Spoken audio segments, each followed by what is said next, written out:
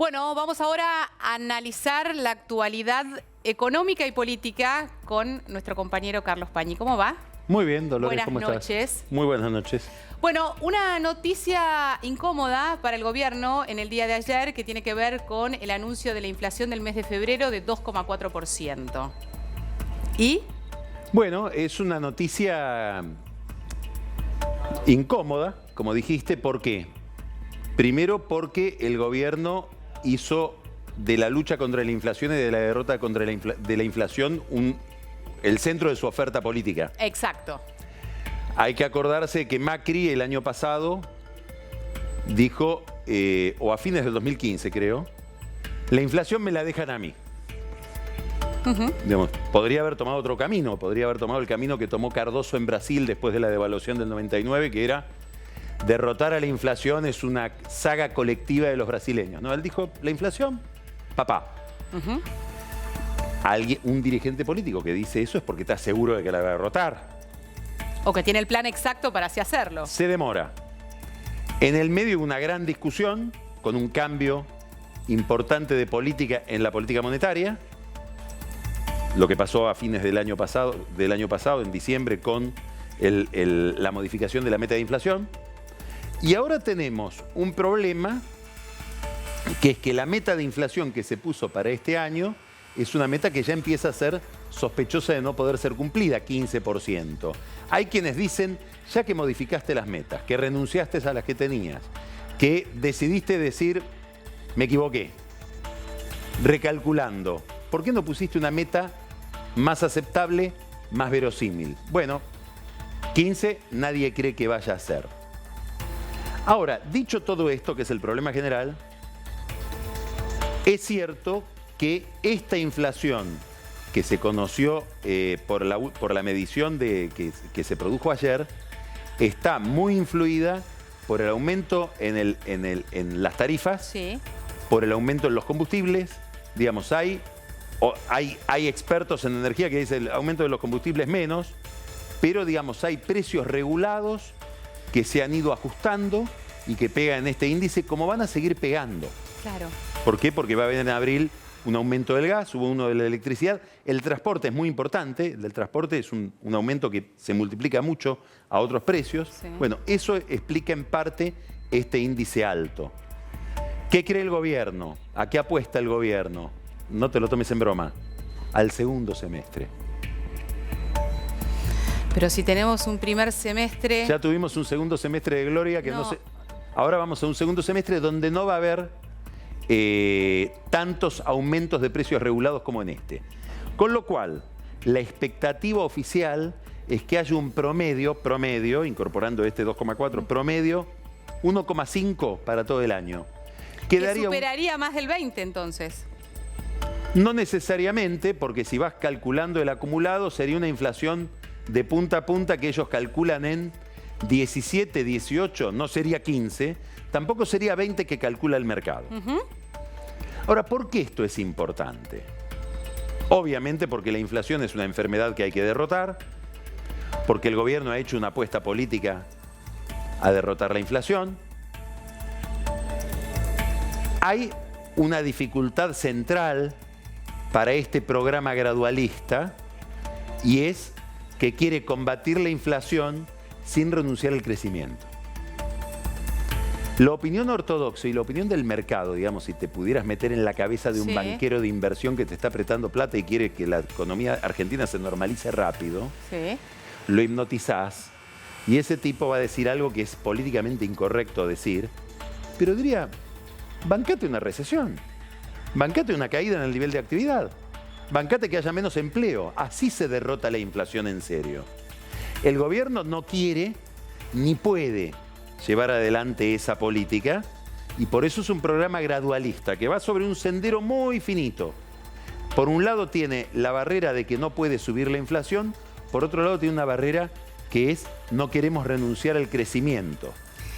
Perdón, vos planteás el ortodoxo, el hombre de mercado diría bancate la recesión, renuncia al crecimiento, bancate el desempleo, y yo pensaba, cuando te escuchaba decía, uno de los lemas de campaña de Macri fue yo voy a bajar la inflación. Sí. Y el segundo, fue: mi gestión va a ser exitosa si logro bajar los niveles de pobreza en la Argentina. Entonces, con un escenario de baja actividad económica, de mayor desempleo, para justamente poder bajar realmente la inflación, eso lleva, Por eso el gobierno lleva más dice, pobreza. soy gradualista, Sí. No voy a poner contentos del todo a los que quieren una baja de inflación rápida, tampoco voy a poner contentos del todo a los que quieren un crecimiento que explote. Voy por el medio. Sí. Ahora han descubierto, hay un cuadro que circula en estos días por WhatsApp entre los funcionarios del gobierno, que descubren un tema central para la política en este problema de la inflación. Ahora vamos a mostrarlo, el cuadro. Vos fíjate que el drama del político, acá lo tenemos. Estamos. ¿Cuál es el drama del político? ¿Por qué los políticos, no todos, pero muchos, recurren a brujas, a adivinos, tiran el I Ching? ¿Por qué?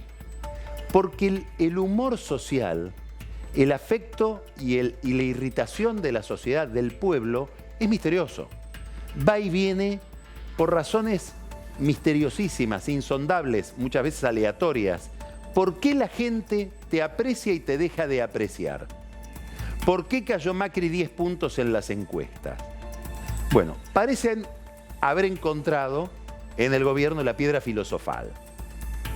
Es decir, el santo grial que les explica por qué suben y bajan. ¿Qué es este cuadro? A ver. Año 2013. Año 2014. Cristina. Sí. 2015. ¿Esto qué es? Esto es la inflación. Esto es el salario. Esto es lo que le falta al salario para llegar a la inflación. Esto es lo que te come de poder adquisitivo la inflación. Igual que acá. Vamos a ponerlo en otros términos. Es una caída en el salario real. Esto es el salario real. ¿A qué le llamamos salario real? Al poder adquisitivo, a la diferencia que hay entre el salario y lo que te come la inflación. Eso que queda es lo real. Sí. O lo que no te come la inflación. Porque si baja la inflación, aumenta el salario real. Aquí, fíjate. 2015. Septiembre de 2015, noviembre de 2015, aumento del salario real. Caída del salario real, 2016. Aumento 2017, mirá, elecciones, 4,2, la caída del 7,2 en el 2016. ¿Y ahora qué estamos? Acá. Ahora estamos acá. Entonces, primera pregunta que uno puede hacerse. Parece cíclico, ¿no? Es cíclico. Primera pregunta que me puedo hacer. ¿Será que Macri cae todos los eneros como pasó el año pasado? Que dicen, era por el correo, ahora era por los líos en Plaza. ¿Será por eso o será que está cayendo el salario real y por eso Macri cae? Ahora cae mucho menos que antes.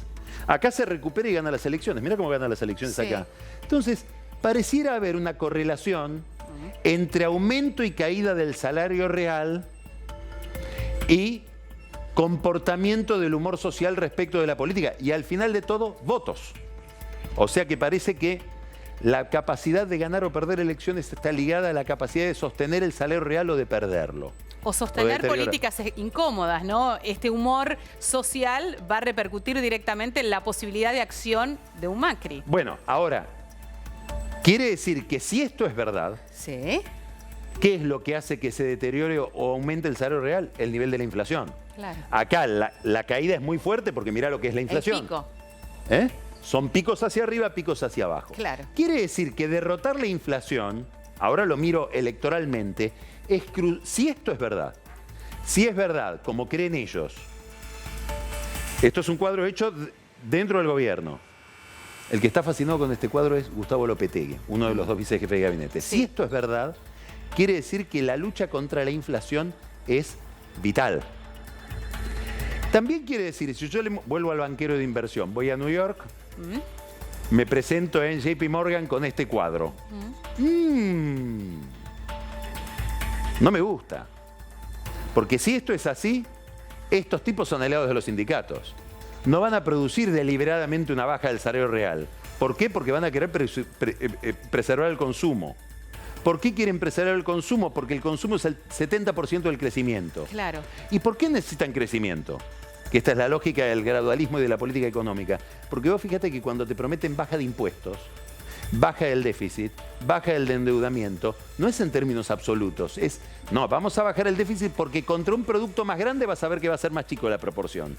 Vamos a bajar el endeudamiento porque contra un... Ahora, si no tengo el producto más grande, es decir, si no crecí, el gradualismo se cae a pedazos. Por lo tanto, aquí hay una combinación de lógica de la política económica, que es preservar el salario real para mantener el consumo y garantizar un nivel de crecimiento, y por otro lado, política.